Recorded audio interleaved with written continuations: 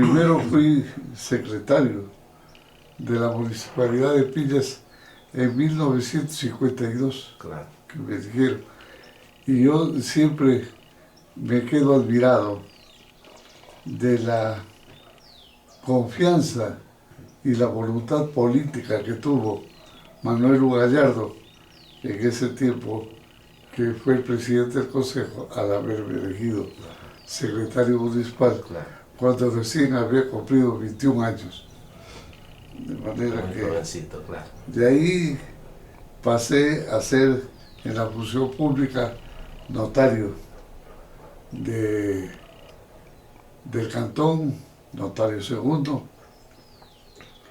De ahí en el 68 fui elegido por primera vez diputado por la provincia del Oro y en el 70 estuve reelecto.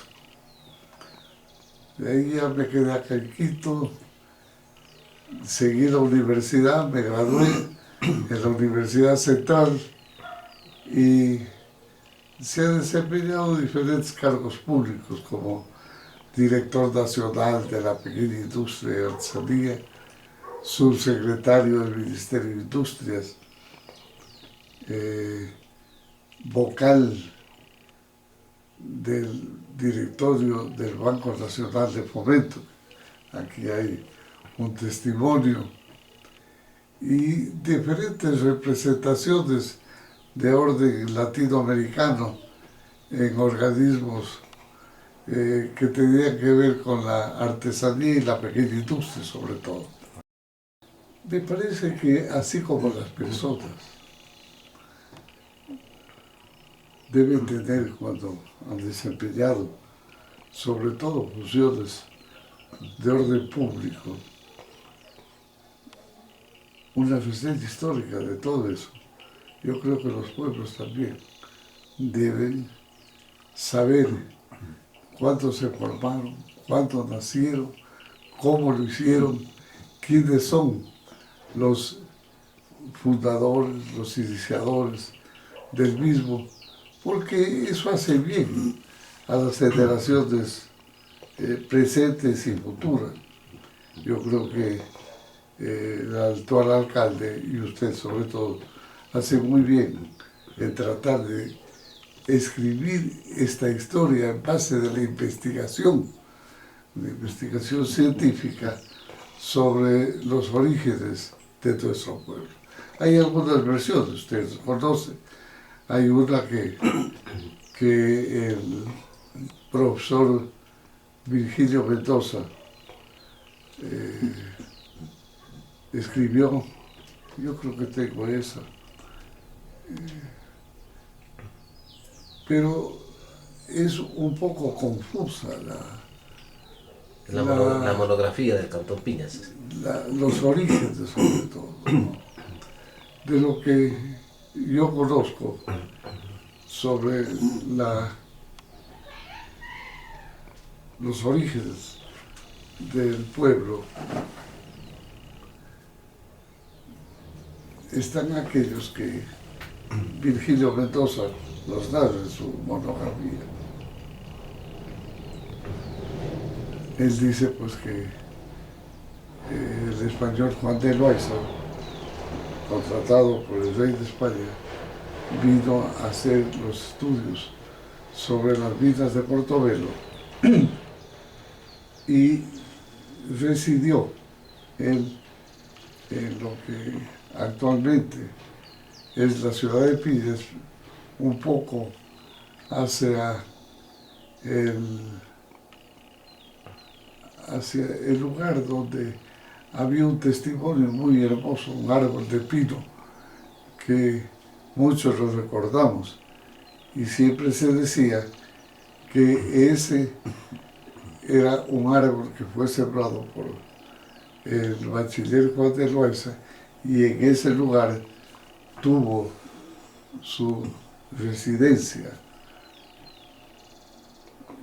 Conozco que Servio Moscoso había hecho alguna investigación y que él había encontrado en Zaruma el testamento de la esposa del Bachiller Juan de Loaiza, en la que se dejaba testimonio de algunas cosas muy particulares de la familia, pero también testimonios de qué era lo que sucedía luego de sus días con todo el patrimonio de ellos.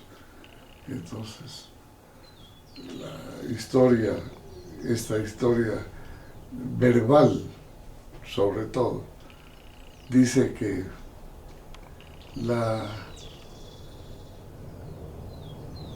el testamento, bien dicho, donaba todos los bienes inmuebles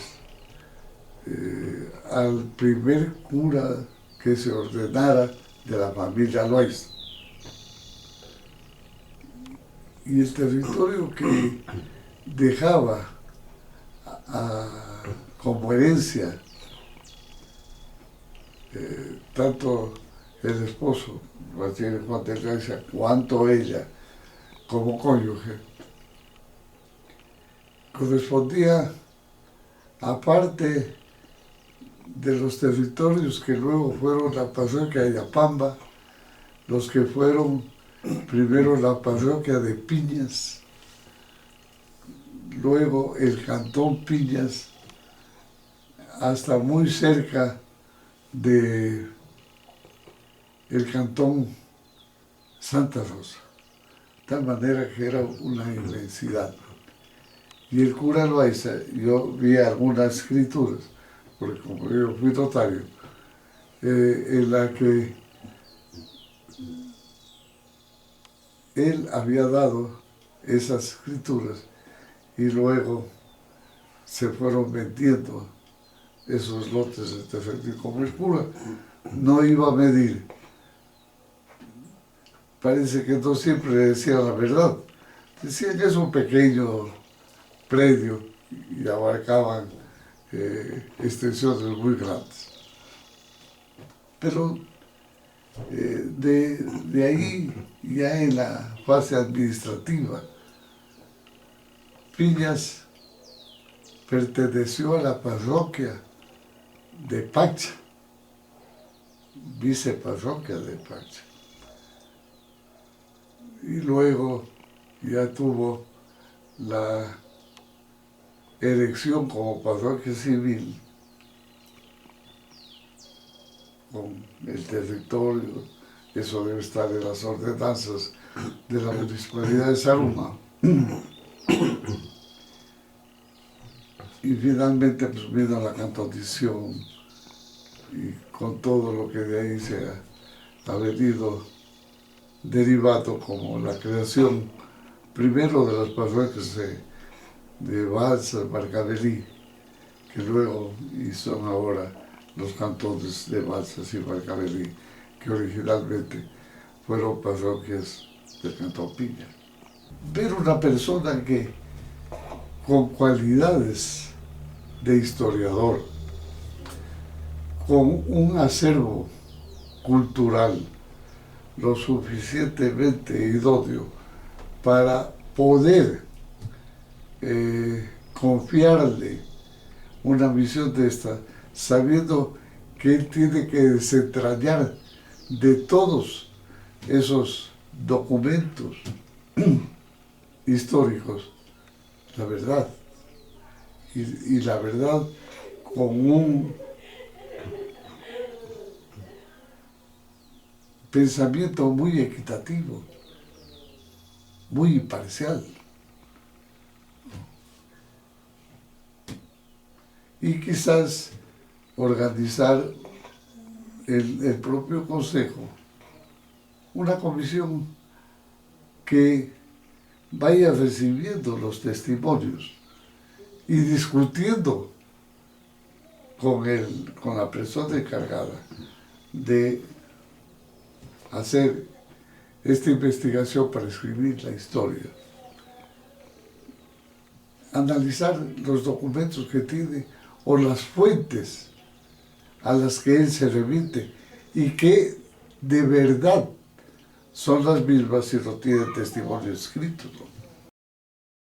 Lo apropiado es remitirse a los documentos, hacer una investigación científica, una investigación completamente ceñida a la verdad histórica, a fin de que esta nos demuestre cuál en definitiva es la esencia, la verdadera esencia de la verdad. Y afirmar en documentos, Por supuesto. porque no solamente tendría que ser una afirmación de carácter especulativo, sino una versión científica de los hechos investigados, con respaldo de testimonios documentales. Claro. Y para mí, un buen documento es este testamento de Mónica de Castro, que yo no lo conozco, no lo he leído, pero un testamento, nosotros, los abogados, y yo como ex notario, sabemos que es un instrumento en el que la persona hace constar no solamente sus antecedentes de carácter personal, sino sobre todo qué es lo que esa persona quiere que se cumpla, que se haga después de sus días. Entonces, es obvio de que si ahí decía, en ese testamento, que los bienes de los cónyuges Loaiza debería pasar por legado al primer sacerdote de la familia Loaiza. Entonces, tiene que haber antecedentes que determinen esos bienes, cómo provienen y por qué eran bienes que en territorio sumaban algunos kilómetros cuadrados. Claro. Algunos cientos de kilómetros cuadrados. Pillas nació fundado. Claro. Pillas nació como un pueblo, como nacieron todos los pueblos de nuestra provincia, para ser muy realistas allá, ¿no? El único pueblo que fue fundado por un español es Zaruma, porque el español que fundó Loja luego se trasladó acá, al Oro, o en ese tiempo a las cercanías de las Midas, y fundó ahí sí la villa De Zaruma. de Zaruma. Ahora, las minas de Portobelo tienen esta denominación desde el momento en que pasaron a ser explotadas por la compañía norteamericana. Entonces, son los gringos los que le pusieron la denominación de Portobelo.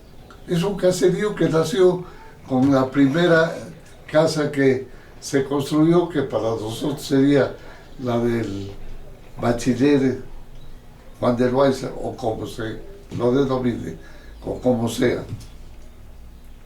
Y luego fueron construyéndose las casas alrededor de esa mansión y dio origen a la población que luego fue la sede de la parroquia civil y antes de eso quizás de la parroquia eclesiástica, que en ese tiempo pertenecía a Loja por muchos años. En todo La caso, parroquia eclesiástica dependía del obispo de Loja. Claro. Aún después de que naciera la provincia del Oro, y tanto Zaruma como los pueblos que pertenecían a ese cantón formaron parte de la provincia del Oro. Me parece que que es apropiado, porque esto es parte de ese todo el que estamos conversando, parte de la historia del Cantón Pillas. Hubo este primer intento de cantonización, muy efímero, pero intento ya, que obviamente amerita que se lo investigue, se lo conozca, se lo escriba como un testimonio fehaciente de el patriotismo, de aquel orgullo de los miembros del pueblo, de los nativos de ahí, de Pillas, de tener su propia independencia, de tener una jerarquía político-administrativa que no deje que la tutela sea la que señale su porvenir, sino que sean ellos los propios forjadores de su historia. Porque los municipios como entidades autónomas, los consejos cantonales, no son el origen, ya en la época republicana, de aquellas porciones de territorio que, dotados de este tipo de división político-administrativa, les permitía labrarse sus propios destinos y hacer aquellas cosas que debían hacer para así inventar no solamente sus deseos, sino su propia jerarquía histórica. Entiendo yo que sucesivamente ya las nuevas generaciones estuvieron imbuidas de estos hechos, de la narración de estos acontecimientos, que yo los conozco así mismo por un tipo de versión oral de quienes o habían estado ahí o les contaron de las cosas como sucedieron, ¿no? De lo que yo recuerdo, Luis Escandón fue uno de los verdaderos forjadores de estos hechos, y a él lo llevaron preso a Zaruma, creo que por esta circunstancia, ¿no? Y entonces, no sé, eso fue antes o después de la independencia que se daba en Pillas, aprovechando el triunfo de la revolución alfarista. Y yo creo que a los hechos históricos, cuando uno mira de una perspectiva en el tiempo posterior a aquellos que sucedieron, es un poquito difícil imaginar el pensamiento de los conductores de los pueblos. Yo creo que si en Zaruma había un sentimiento de esta naturaleza, era un sentimiento de las gentes que, nacidos ahí, administraban el Cantón Zaruma. Yo creo que dentro de la responsabilidad histórica de ellos estaba mantener su heredad política. Y si tenían que oponerse al nacimiento de un cantón con la independencia que sucedía y de una parroquia próspera, como siempre fue Pillas, me parece que ellos cumplían la misión histórica para los que estaban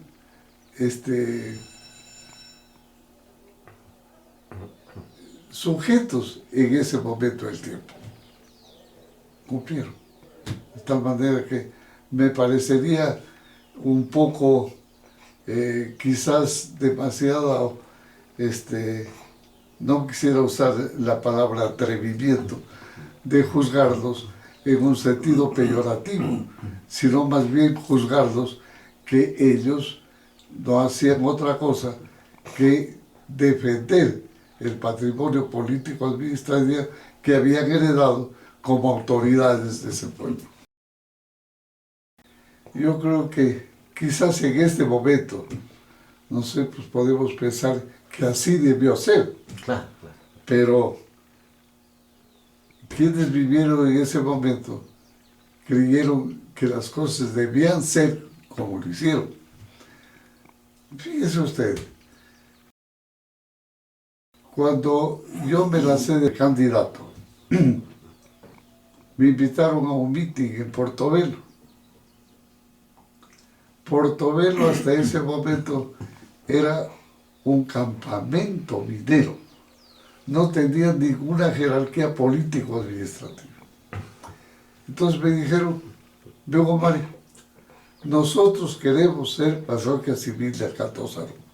No queremos ser más. ¿Cuál es tu pensamiento? Mi pensamiento es que el deseo de ustedes es legítimo. Y yo públicamente en un discurso me comprometí a trabajar porque se haga y se cumplan esos deseos.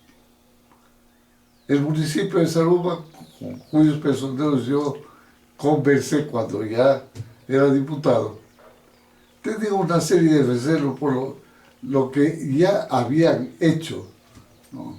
Entonces no quería contradecirse históricamente. De tal manera que yo lo que les pedí, y ellos lo cumplieron, que me dejen a mí en libertad para poder hacer todos los trámites necesarios para que el poder constitucional de ese tiempo, al que le daba la Constitución la potestad de poder elegir parroquias rurales en aquellos sitios en los que había discrepancia entre el territorio de la nueva parroquia y la cabecera cantonal, no permitía el que eso sucediera. De tal manera que eso se dio en la Corte Constitucional de acá de Quito. Saruma no hizo oposición de ninguna naturaleza y obtuvimos, mediante decisión del organismo constitucional, el que se elija la parroquia de Portugal. La condición innata del pueblo de Pillas. El pueblo de Pillas, quienes nos tocó por historia nacer ahí, siempre heredamos ese tipo de voluntad colectiva por hacer de nuestro pueblo cada vez un desarrollo más próspero. Yo creo que, ante todo, es la propia naturaleza humana de los pillacenses, o pillacenses.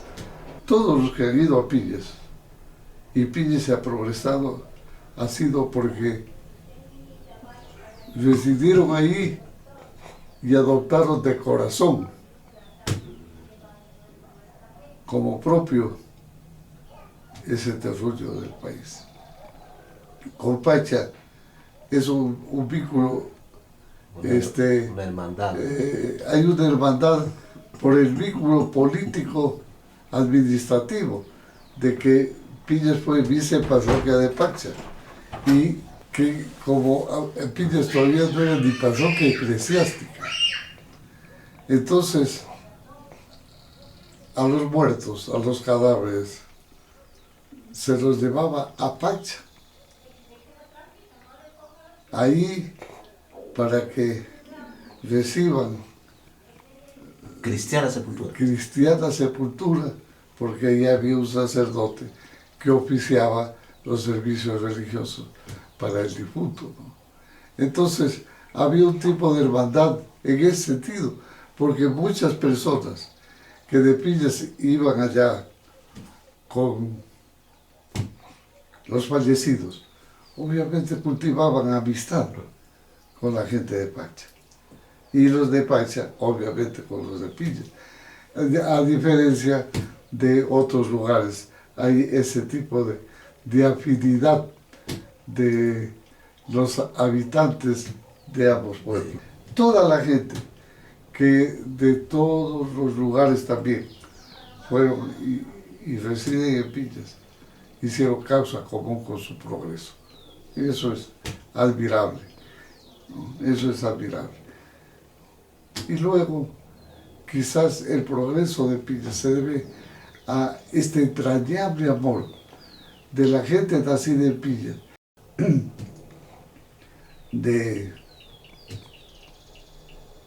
¿cómo le podemos decir a este afincamiento territorial? ¿No? Compartieron con los nativos todas sus vehemencias de progreso. El gentilicio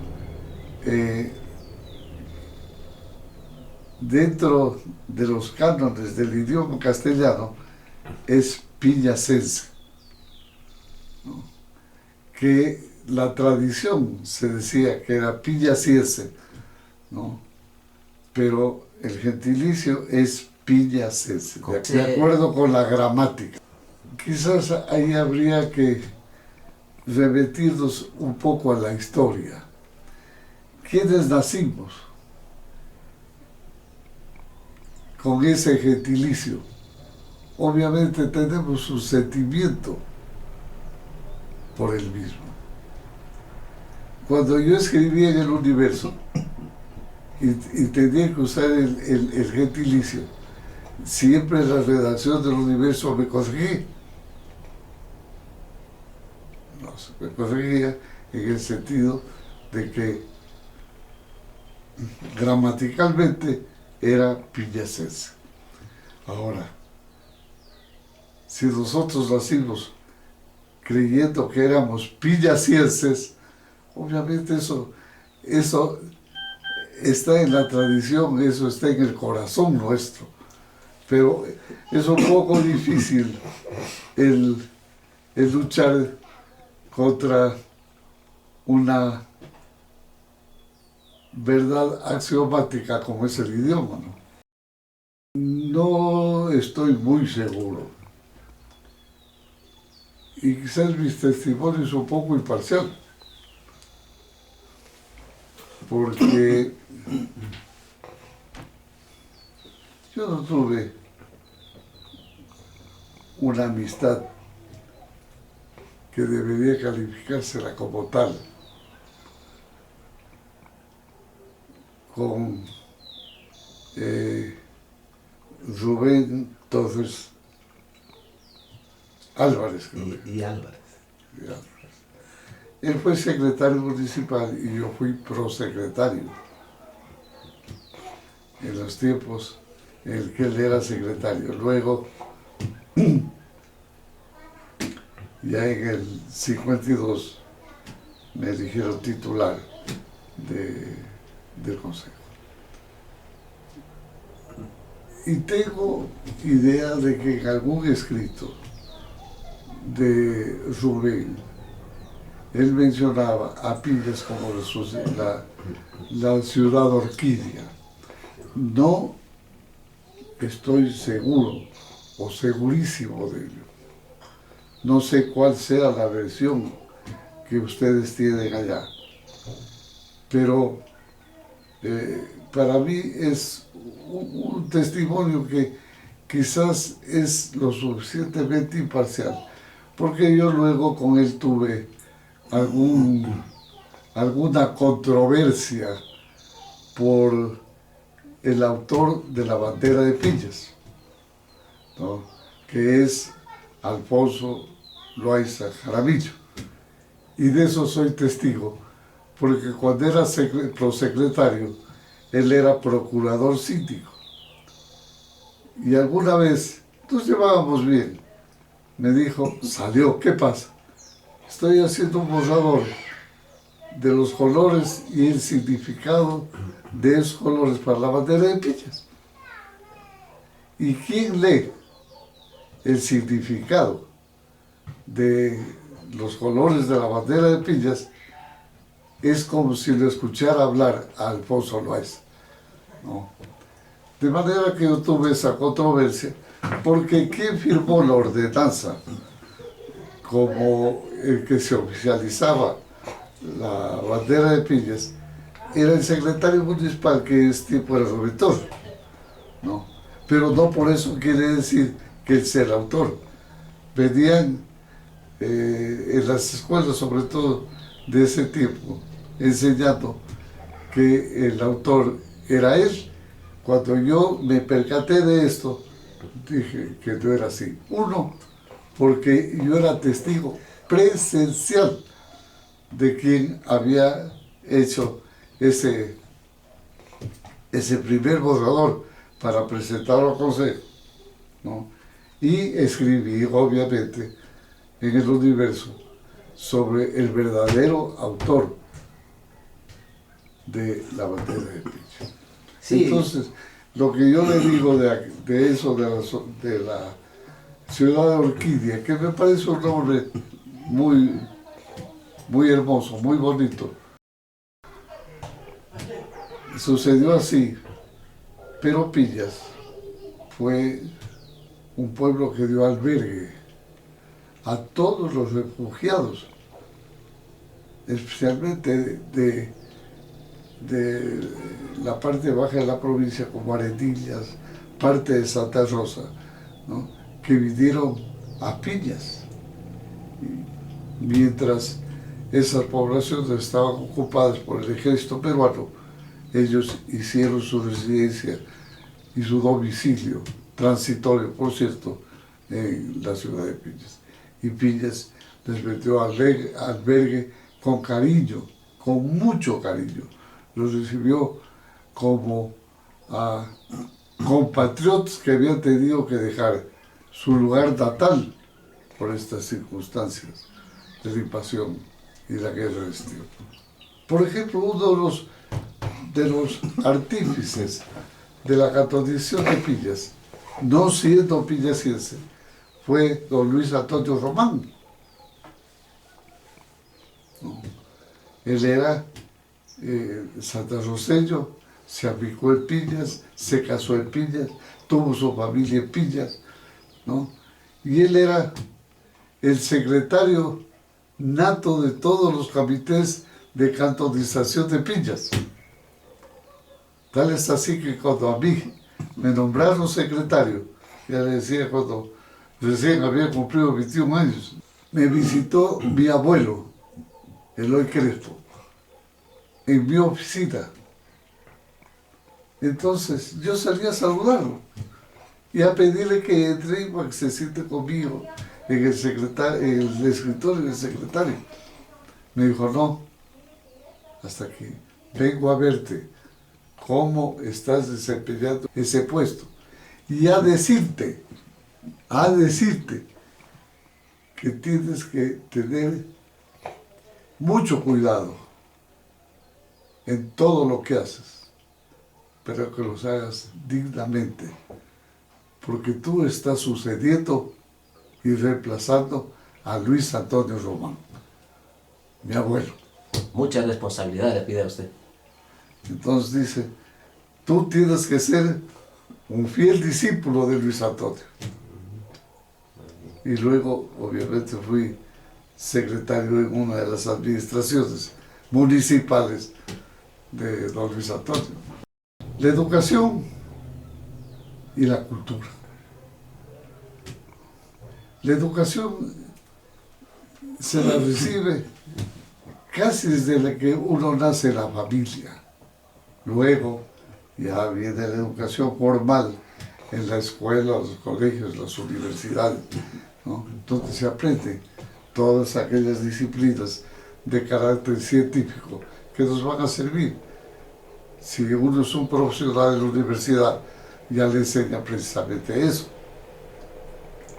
Y la cultura es el cimiento de todo ese desarrollo humano, educacional, en los diferentes campos del quehacer intelectual de un pueblo.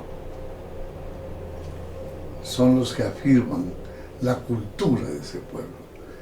Si aceptáramos aquello que dice que personas que eran cultas ya salieron de Pillas y con ellos se fue la cultura, es un disparate. La cultura de Pillas es todo ese proceso de carácter histórico que se nutre en diferentes manifestaciones físicas, en diferentes manifestaciones de carácter oral, intelectual, ¿no? En fin, ese es el cimiento de la cultura de un pueblo. Y eso no puede llevársela a ninguna persona. La persona que sale se llevará su propia formación intelectual, cultural, pero las raíces de uno quedan ahí, pues, quedan en ese pueblo, quedan en esa geografía humana del pueblo. No podemos decir que alguien que vivió salió de Pillas y se fue llevando la parte de cultura que le pertenecía, no vinculado como para hacer una apreciación de eso, claro. pero de lo que se nota, de lo que se conoce, de lo que se sabe, ¿no? Pillas ha venido cimentando su tradición cultural en diferentes manifestaciones, en diferentes quehaceres, en diferentes patrimonios de carácter intelectual. La religión, sí, claro, es una formadora de la conducta de las sociedades. De tal manera que la religión, en el caso de Pillas, que es la religión cristiana, la que ha venido nutriendo sentimentalmente a su pueblo desde sus comienzos, desde aquellos comienzos que tratamos precisamente de saber cómo fueron, cómo son verdaderamente, formaron la conciencia colectiva de esa gente, formaron el comportamiento humano de su población. Y la población de Pillas ha sido honesta, progresista, trabajadora, precisamente por los marcos de la religión en los que se formó. Hogares cristianos formaron hijos cristianos y estos a su vez lo hicieron sucesivamente. Dos aspectos que tienen que pensarse, especialmente quienes conducen como el municipio, el Consejo Cantonal, apropiadamente que el Consejo Cantonal es la autoridad del municipio, deberían desarrollar a futuro. Yo creo que junto al progreso material, que tiene sus límites físicos, debe haber el progreso y el desarrollo intelectual, cultural de sus habitantes, que no tiene límites, para que se cultive la ciencia, que ojalá los centros educativos que hoy existen y los se formarán mañana vayan imbuidos sus dirigentes de una conducta colectiva de hacer de estas nuevas sociedades un ejemplo, no solamente de dinamismo, de trabajo, sino sobre todo de progreso en el ámbito intelectual. A mí me tocó presidir el Comité Central de las Bodas de Plata de la Cantonización de Pillas en 1965. Luego, los 50 años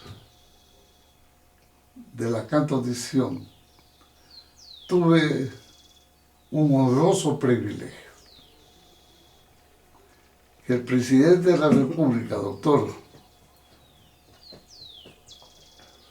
Rodrigo Borja Ceballos, yo era subsecretario, me parece, en ese tiempo,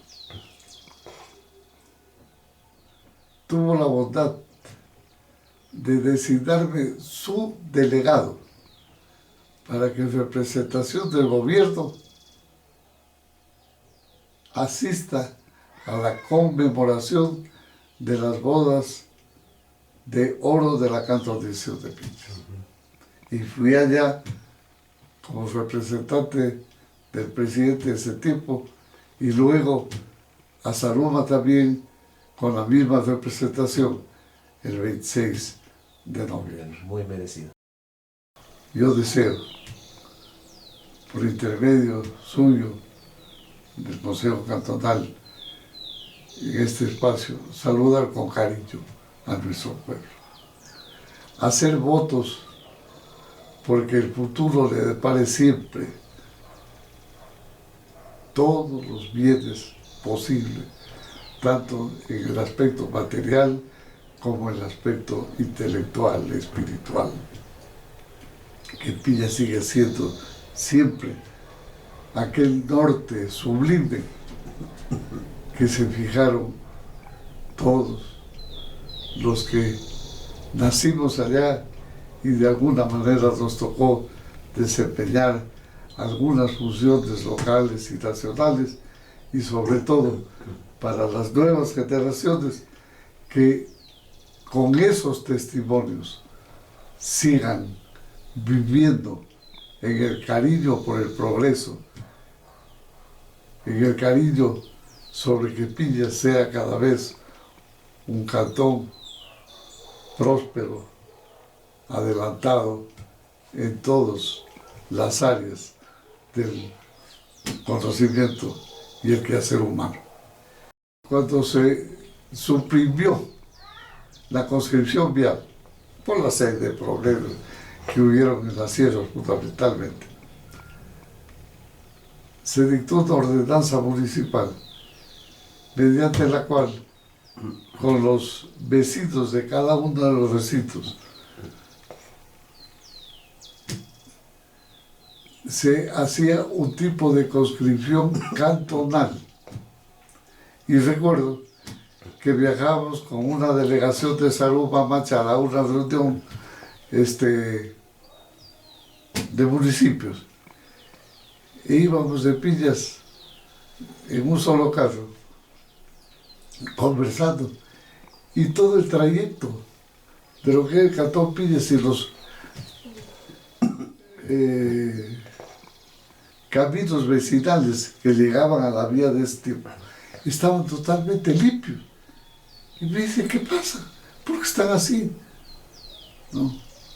Entonces, el presidente del Consejo se aprobó una ordenanza que la hizo Hugo Mario, mediante el cual se estableció un tipo de conscripción cantonal para hacer la limpieza de los caminos.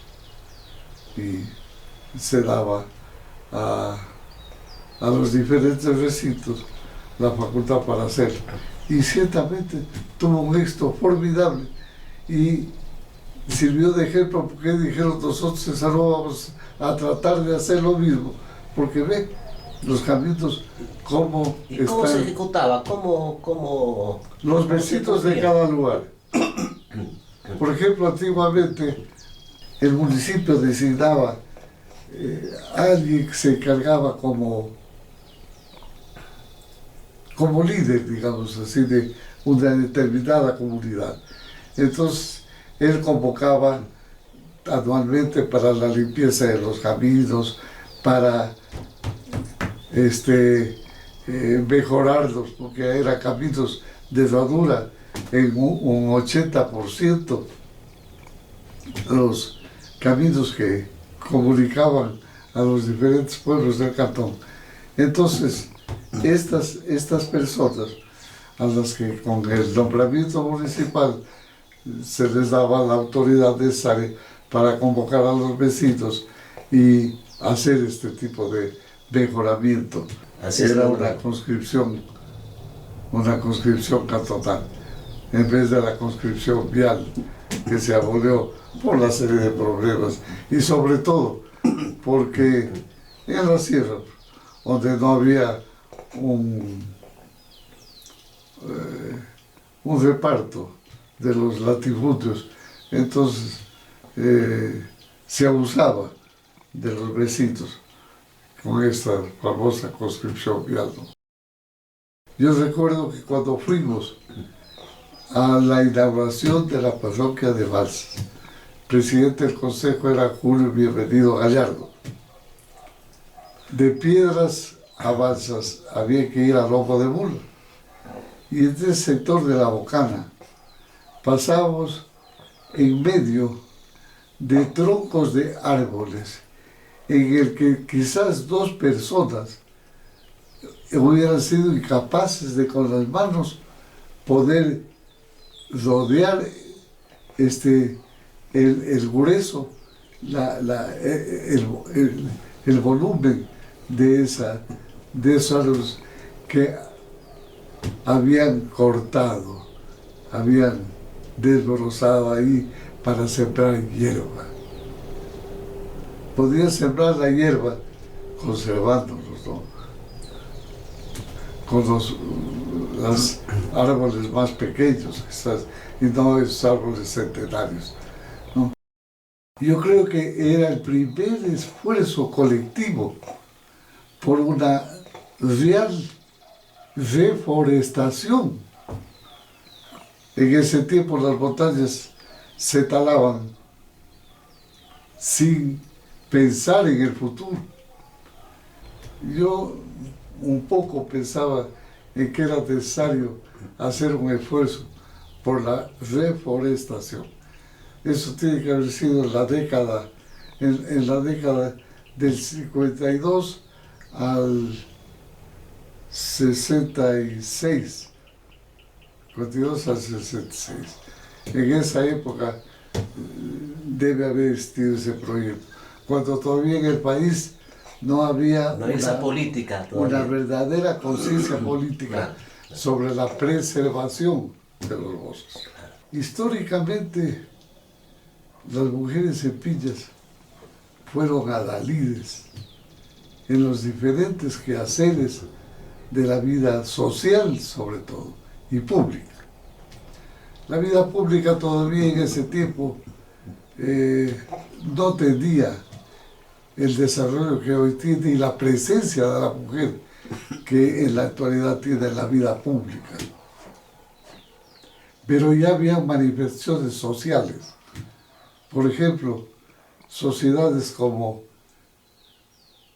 cronológicamente, la Sociedad Unión Obrera, Liga Deportiva, 8 de noviembre, los comités femeninos que siempre se designaron para que ayuden al directorio, fueron los verdaderos artífices del desarrollo de esos centros sociales. Y ahí la mujer desempeñaba un papel valiosísimo. Personalmente, como presidente de la Sociedad Unión Obrera y de Liga Deportiva 8 de noviembre, no tengo sino palabras de elogio para las mujeres de ese tipo, de las generaciones de mujeres de ese entonces, porque aportaron con todo su quehacer y su cariño para el progreso y el desarrollo institucional y obviamente local también. Yo más me remitía a la mujer como mujer de Pillas. Obviamente sus cualidades físicas la hacen distinta a muchas otras mujeres. Pillas se ha caracterizado siempre por tener mujeres muy hermosas. Y yo creo que, como usted lo anota, realmente es un distintivo del que a veces nos olvidamos o nos pasamos por alto, ¿no? Porque además de sus cualidades como seres biológicamente tales como mujeres, tienen este tipo de cualidades físicas que las hacen atractivas y admirables.